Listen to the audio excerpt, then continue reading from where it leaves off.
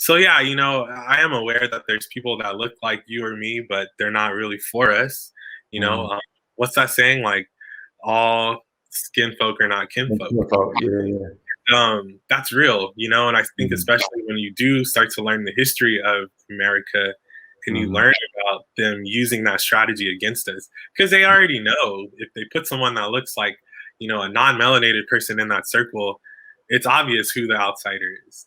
But if Mm. you put someone that looks like me next to me, I have that much more of a challenge to really understand that he's not for me, right? Or she's Mm. not for me.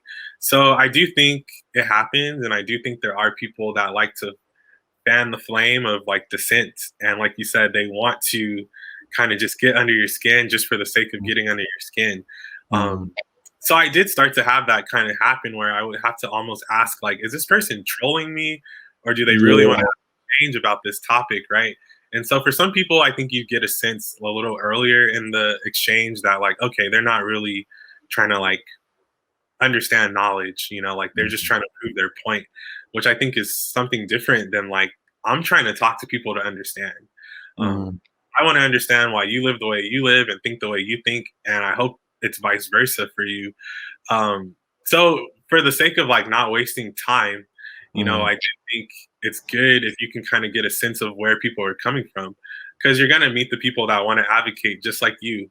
Like they Mm. know their history and they know what needs to change and for in order for progress to be made.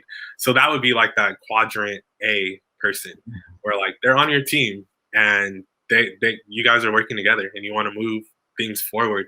But then there's that quadrant B, where these are the people that they are unaware of the history, Mm. but they have a sense of like, this isn't right though, this isn't fair, it's not just. So those are the people to me that are like really important to talk to, because, and I've seen a lot of this. Magic is, I know a lot of Black folk right now like will feel like it's not our job to educate other people, and I Mm. agree with that. But at the same time, it's like, where else are they going to get it from? If someone's willing to learn, why wouldn't you at least point them in the right direction? Mm. Um, so I feel like that's this quadrant B. I think it's a lot of the people that might not really understand like the historical context of a lot Yeah. of our problems, but they see that they want to change things.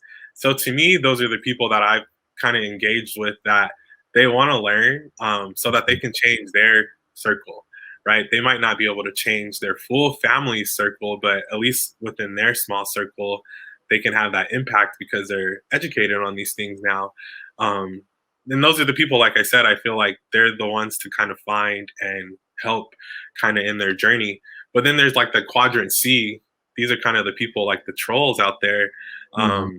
where they already know how this situation is set up as far as the systemic barriers that are in place, Mm. but they'll dance around, the answers, and they might even throw out statistics, to kind of prove otherwise. But it could get really frustrating when you're engaging with these type of people, because again, they already know that this is unjust and it's not fair, but they're not going to come out and say that. And I'm talking about like just logical examples where you can't see around it. But this goes back to that idea of truth that I was sharing. That this is where Mm. it gets difficult, because like they say that right and you say that you're right. It's like, where do you go from there? And to me, that's where that willingness